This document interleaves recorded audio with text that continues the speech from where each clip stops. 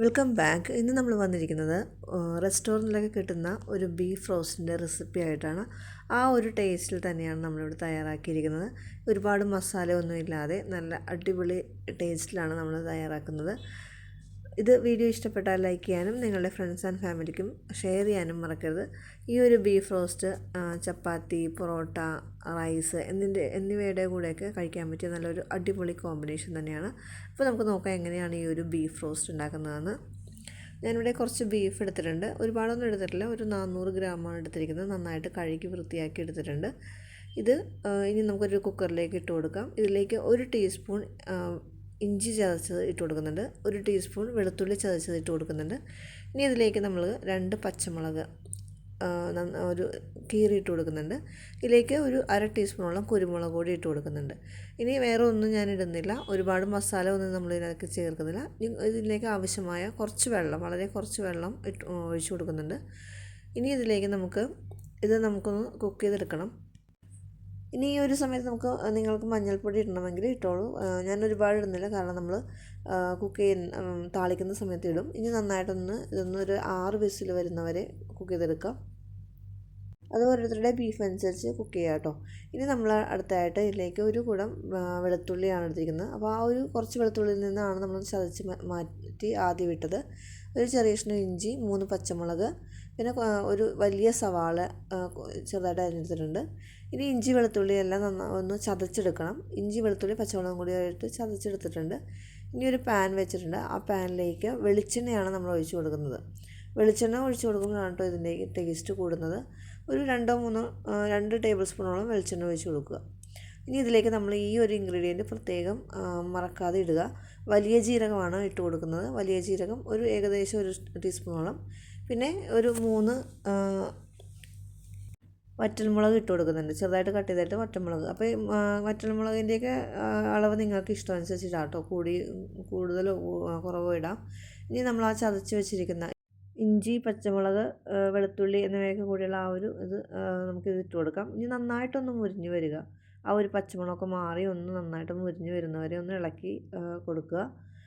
ആ പച്ചമണം മാറിയതിന് ശേഷം മാത്രമേ നമ്മളുടെ സവാള ഇട്ട് കൊടുക്കാൻ പാടുള്ളൂ. ഇനി ഇതിലേക്ക് ഒരു പിടി കറിവേപ്പിലയാണോ ഇട്ട് കൊടുക്കുന്നത്. കറിവേപ്പിലയും കൂടി ഇട്ട് കൊടുത്തിട്ട് നന്നായിട്ടൊന്ന് വഴറ്റിയെടുക്കുക. ഇപ്പോൾ ഒരുവിധം നന്നായിട്ട് ചെറുതായിട്ടൊന്ന് മുരിഞ്ഞ് വന്നിട്ടുണ്ട്. ഇനി നമുക്കിതിലേക്ക് നമ്മളെടുത്ത് വെച്ചിരിക്കുന്ന സവാള ഇട്ട് കൊടുക്കാം. ഒരു വലിയ സവാളയാണിത്. ചെറുതാണെങ്കിൽ 2 എടുക്കാം, വലുതാണെങ്കിൽ 1 എടുത്താൽ മതി. കൊത്തി അരിഞ്ഞാണ് എടുത്തിരിക്കുന്നത്. ചെറിയ കഷ്ണങ്ങളായിട്ട് സ്ലൈസ് ആയിട്ട് എടുക്കരുത്, ഇതുപോലെ കൊത്തി അരിഞ്ഞെടുക്കുക. ഇനി ഇതൊന്ന് നന്നായിട്ടൊന്ന് വഴറ്റിയെടുക്കുക. അപ്പോൾ ഇതിലേക്ക് കുറച്ച് ഉപ്പ് കൂടി ഇട്ട് കൊടുത്താൽ നന്നായിട്ട് പെട്ടെന്ന് തന്നെ വഴന്ന് കിട്ടും. ഒരിക്കലും ഫ്ലെയിം കൂട്ടി വെച്ചിട്ട് ഇത് വഴറ്റിയെടുക്കരുത്, ഫ്ലെയിം കുറച്ച് വെച്ചിട്ട് വഴറ്റുക.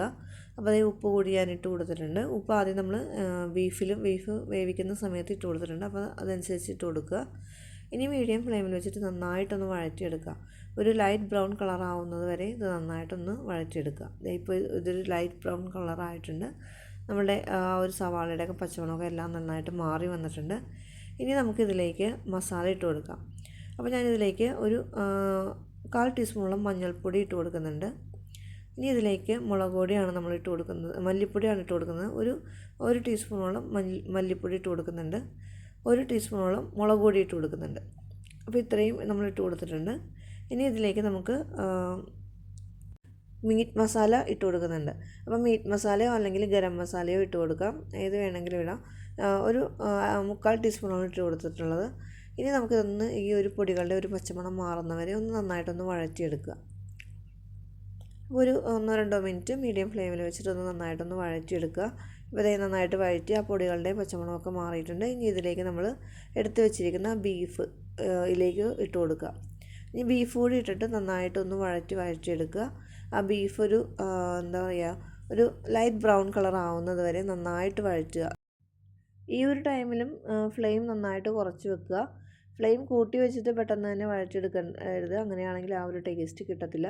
ഇതുണ്ടോ, ഇപ്പോൾ ഞാൻ നന്നായിട്ട് ഒരു ഫ്ലെയിം കുറച്ച് വെച്ച് ഒരു 10 മിനിറ്റോളം ഇതുപോലെ വഴറ്റി കൊടുത്തിട്ടുണ്ട്. ഇടയ്ക്കൊന്ന് ഇളക്കി നന്നായിട്ട് വഴറ്റിയെടുത്തിട്ടുണ്ട്. ഈ ഒരു കളർ ആവുന്നത് വരെ നന്നായിട്ടൊന്ന് വഴറ്റിയെടുക്കുക. ഇനി ഈ ഒരു ടൈമിൽ നിങ്ങൾക്ക് കുരുമുളക് പൊടി വേണമെങ്കിൽ ഇട്ട് കൊടുക്കാം കേട്ടോ. അപ്പോൾ ഇത് ആവശ്യത്തിന് എരിവുള്ളത് കൊണ്ട് ഞാൻ ഇടുന്നില്ല. നിങ്ങൾക്ക് അഥവാ ഇനി എരിവ് അധികം വേണമെങ്കിൽ കുരുമുളക് പൊടി ഇട്ട് കൊടുക്കാം. അപ്പോൾ ഇത് നമ്മൾ ഇനി ഗ്യാസ് ഓഫ് ചെയ്തിട്ടുണ്ട്. ഇനി നമുക്കിത് സെർവിങ് ഡിഷിലോട്ട് മാറ്റാം. അപ്പോൾ ഈ ഒരു രീതിയിലാണ് നമ്മൾ ഇത്രയും ബ്രൗൺ കളറായിട്ടാണ് നമ്മൾ എടുത്തിരിക്കുന്നത്.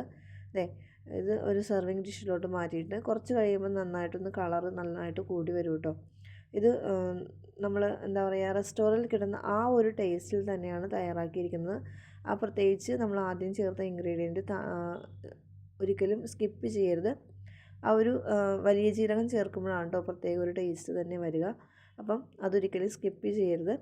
അപ്പോൾ ഈ ഒരു രീതിയിൽ നിങ്ങൾ ഇതുവരെ തയ്യാറാക്കി നോക്കിയിട്ടില്ല എങ്കിലും ഒന്ന് തയ്യാറാക്കി നോക്കുക. വീഡിയോ ഇഷ്ടപ്പെട്ടാൽ ലൈക്ക് ചെയ്യാനും നിങ്ങളുടെ ഫ്രണ്ട്സ് ആൻഡ് ഫാമിലിക്കും ഷെയർ ചെയ്യാനും മറക്കരുത്. അപ്പോൾ മറ്റൊരു അടിപൊളി വീഡിയോ ആയിട്ട് കാണുന്നവരെ താങ്ക് യു ഫോർ വാച്ചിങ്.